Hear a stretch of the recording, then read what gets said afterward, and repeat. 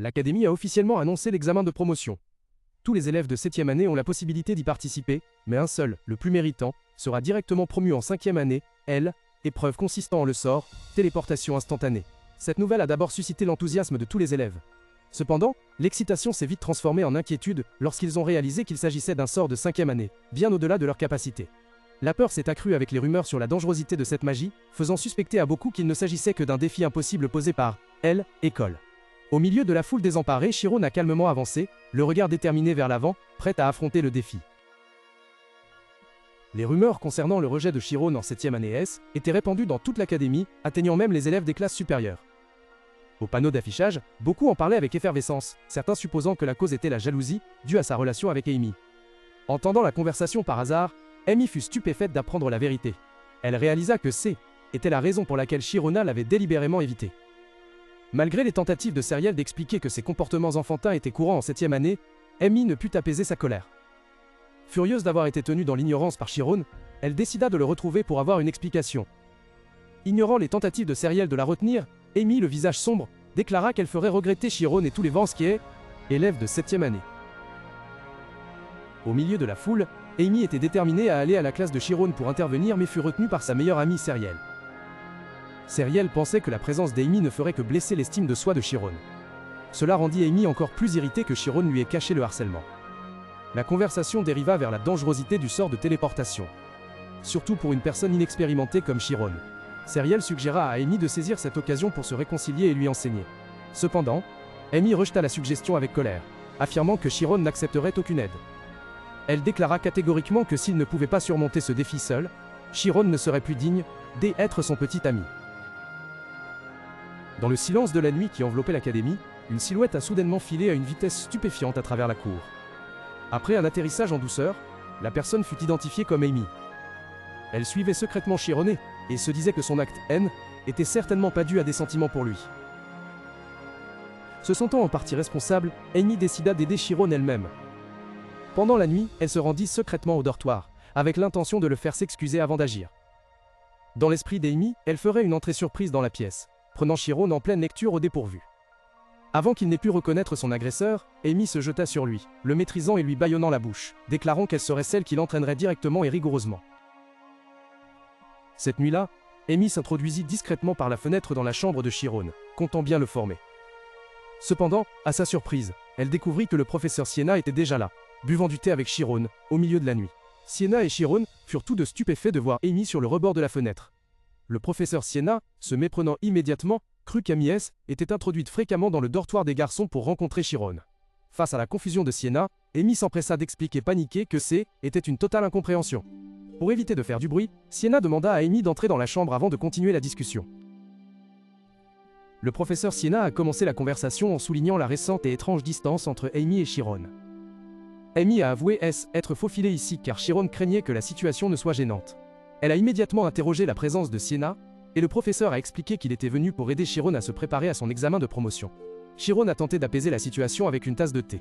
Bien que momentanément distraite, la colère d'Amy a rapidement éclaté. Elle a réprimandé Chiron bruyamment pour l'avoir embarrassé, et a demandé pourquoi il avait caché l'intimidation. Face à la fureur d'Amy, Chiron n'a pu que s'excuser avec effroi. Alors que la vive dispute se poursuivait, Sienna a tenté d'intervenir et a suggéré qu'ils s'asseyent tous les deux pour continuer à discuter de l'examen. Au milieu de cette démiante atmosphère tendue, Chiron est resté étrangement calme, sirotant tranquillement son thé. Chiron était vraiment perplexe de voir Amy et Sienna tranquillement assises à boire du thé dans sa chambre. Amy exprima son inquiétude concernant l'examen de téléportation, le jugeant trop dangereux pour quelqu'un ne connaissant rien à la magie comme Chiron. Sienna expliqua que était une décision personnelle du directeur et qu'il y avait sûrement une raison, ce qui fit comprendre Amy. Lorsque Chiron demanda le degré de danger, Amy confirma et expliqua que la téléportation était un sort utilisant l'attribut de lumière. Bien que Chiron ait entendu parler de la théorie de la quantification de la lumière, Amy insista sur le fait que la lumière a une vitesse constante et qu'aucun objet au monde ne peut la dépasser. Sienna et Amy commencèrent à expliquer à Chiron le principe de la téléportation.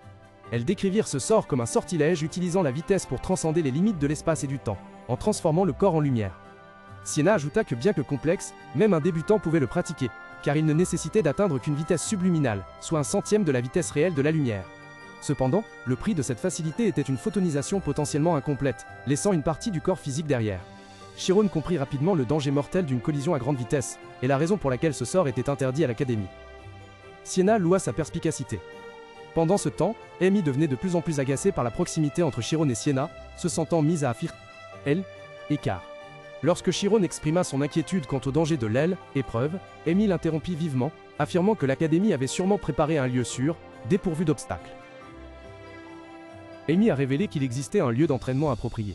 Chiron fut stupéfait de réaliser que l'endroit flottait dans les airs, dans la zone du pont impassable, un pont de 700 mètres de long, reliant deux sommets de montagne à une altitude de 1000 mètres. Le professeur Sienna a confirmé que était très probablement le lieu de l'examen, la règle étant de courir d'un sommet à l'autre. Chiron fut submergé par la magnificence mais réalisa aussi le danger de tomber. Amy exprima des doutes quant à la capacité des étudiants à relever le défi. Sienna expliqua que si personne n'atteignait l'arrivée, le plus éloigné serait le vainqueur. Le professeur Sienna a également rassuré qu'il y aurait des équipements de sécurité, et que la difficulté serait au niveau le plus bas. Cependant, le plus préoccupant était la compétition féroce qui pourrait pousser les étudiants à s'attaquer mutuellement. En entendant cela, Amy réalisa immédiatement que Chiron deviendrait certainement la cible commune des autres candidats. Cela plongea Chiron dans une profonde réflexion, se questionnant sur ses propres capacités face aux défis rigoureux à venir. Chiron était tourmenté, non par la difficulté de l'examen, mais par la perspective d'affronter seul toute la classe, et la peur que quelqu'un ne soit blessé. Cela le faisait douter de sa décision de participer à l'examen. Soudain, Sienna s'excusa auprès de Chiron, reconnaissant que son ambition l'avait mis dans une situation difficile. Lorsque Chiron tenta de refuser, Sienna déclara qu'elle l'entraînerait personnellement. Immédiatement, Amy manifesta de la jalousie et s'opposa à cette décision. Elle expliqua que le fait qu'une enseignante, également examinatrice, entraîne directement Chiron, ne ferait qu'aggraver la situation. Si la nouvelle se répandait, tous ses efforts et ses résultats à l'examen pourraient être annulés. Malgré la déclaration de Chiron, Amy insista pour prendre la responsabilité de l'entraîner, estimant qu'elle en était capable puisque le test n'avait pas d'obstacle. Chiron fut perplexe face à son changement soudain. Le professeur Sienna fit calmement remarquer qu'Amy était également occupée par son examen de promotion en classe avancée, et doutait qu'elle ait suffisamment de temps pour aider Chiron. Chiron fut stupéfait d'apprendre l'examen d'Amy. Il ignorait totalement que la classe avancée était l'objectif ultime des étudiants désireux de devenir des magiciens professionnels, où leurs compétences sont reconnues à un niveau semi-professionnel. Chiron fut surpris d'apprendre qu'Amy avait postulé à l'examen de promotion en classe avancée, un environnement très compétitif et rigoureux. Amy expliqua, embarrassée, que Chiron était le rythme fulgurant des progrès de Chiron qui l'avait forcé à entrer rapidement en classe avancée pour maintenir la distance. Réalisant cela, Chiron admira secrètement la confiance d'Amy et fut ému qu'elle prenne encore le temps de l'aider, malgré son emploi du temps chargé. Amy et Sienna voulaient toutes deux être le mentor de Chiron. Amy affirma qu'elle lui enseignerait, mais Sienna estima qu'un professeur serait plus approprié pour un débutant comme Chiron, et qu'Amy devrait se concentrer sur son examen.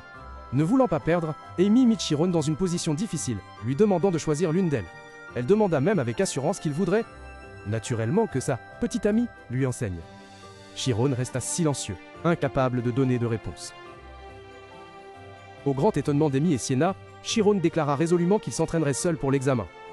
Il avait choisi le pont infranchissable, un terrain d'entraînement de téléportation sécurisé situé entre deux sommets, comme lieu de son labeur. Le défi était d'atteindre la vitesse de la semi-lumière, le minimum requis pour réussir le sort de téléportation.